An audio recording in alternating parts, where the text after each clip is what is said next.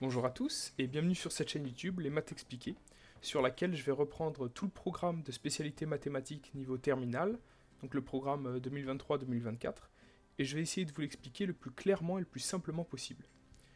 Donc on commence avec ce premier chapitre, combinatoire et dénombrement, la partie cours, et je vais découper ce chapitre en plusieurs parties.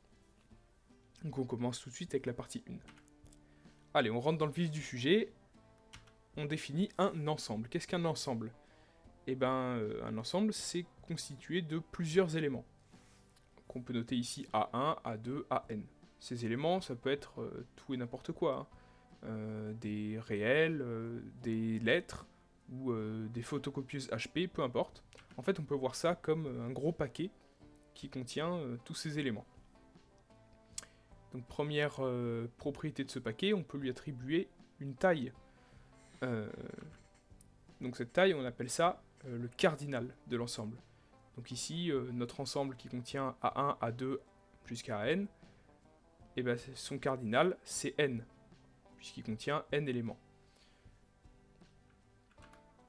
Ensuite, si on prend deux ensembles A et B, comme ici, on peut définir l'intersection de ces deux ensembles, qu'on note A inter B.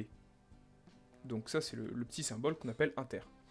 Et qu'est-ce que c'est l'intersection de deux ensembles ? C'est un nouvel ensemble qui contient tous les éléments qui appartiennent à la fois à A et à B. Donc ici, dans notre exemple, on voit que 18 et 15,4 appartiennent aux deux ensembles. Donc A inter B, c'est l'ensemble constitué de 18 et 15,4. Ensuite, on dit que A et B sont disjoints si et seulement si. Donc la petite double flèche ici, c'est celui-ci et seulement si, ou équivalent A. A et B sont disjoints si et seulement si A inter B est égal à l'ensemble vide. Ce symbole-là, c'est l'ensemble vide. Et qu'est-ce que c'est que l'ensemble vide ? C'est tout simplement l'ensemble qui ne contient rien. Par exemple, si on prend ces deux ensembles A et B, on voit qu'il n'y a aucun élément qui appartient à A et à B. Ces deux ensembles sont disjoints, donc A inter B est égal à l'ensemble vide. Ensuite, si on définit A1, A2, etc. jusqu'à AN des ensembles 2 à 2 disjoints, donc qu'est-ce que ça veut dire 2 à 2 disjoints ? Ça veut dire qu'il n'y a aucun élément qui appartienne à un de ces ensembles et qui revienne dans un autre ensemble. Donc s'il y a un élément qui appartient à A36 par exemple, on le retrouvera dans aucun de ces autres ensembles. C'est ça, des ensembles 2 à 2 disjoints.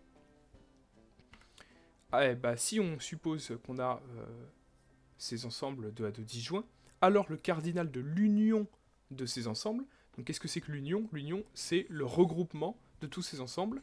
Si on prend tous ces paquets et qu'on forme un seul paquet, le cardinal de ce nouvel gros ensemble formé, il sera égal à la somme du cardinal de chacun des éléments. Donc on le note comme ceci, la somme de k allant de 1 à n du cardinal de AK. Donc ça paraît logique, hein, parce que si on prend des éléments A1, A2, etc., AN comme ici, donc par exemple A1 qui contient 5 et exponentielle de moins 3, A2 qui contient 7 neuvième, pi 1,76, etc. Si on regroupe tous ces éléments, dont on voit bien qu'il n'y a aucun élément qui revienne dans deux ensembles, donc si on regroupe tous ces ensembles, qu'on fait l'union de ces ensembles, forcément, la taille de l'ensemble formé elle serait égale à la somme de la taille de chacun des ensembles ici. Donc c'est une propriété qui paraît assez logique finalement. Ensuite, il faut que je vous parle du produit cartésien. Alors qu'est-ce que c'est le produit cartésien ? On le note comme ceci, A croix B, donc c'est pas A fois B, c'est A croix B. C'est un ensemble qui est constitué de tous les couples d'éléments dont le premier élément appartient à A et le deuxième élément appartient à B. Donc ça c'est la manière mathématique de noter le produit cartésien. Mais si je peux vous l'illustrer de cette manière, si on prend deux ensembles A et B comme ça par exemple, le produit cartésien de A et B, A croix B, ce sera ce nouvel ensemble qui contient le couple 4,7, 0, mais on pourrait aussi prendre 18 et pi, qu'on retrouve ici, ou alors 4,7 et pi, qu'on retrouve là. Bref, c'est tous les couples qu'il est possible de former en prenant un élément de A, puis un élément de B. Et donc on peut se demander quel est le cardinal de ce nouvel ensemble formé. Bon bah je pense que vous l'aurez compris. Si pour chacun des éléments de A, on peut choisir un des éléments de B, bah finalement, le cardinal de A fois B, ce sera égal au cardinal de A fois le cardinal de B. Par exemple, si on prend dans A 18, bah on voit que pour le deuxième élément du couple, on a le choix entre 0 et pi. Puis pareil pour 4,7, puis pareil pour moins 5. Donc pour chacun des trois éléments, on a le choix entre deux éléments. Donc on pourra former au total 3 fois 2 égale 6 couples différents. Donc le cardinal de ce nouvel ensemble A croix B, il sera égal à 6.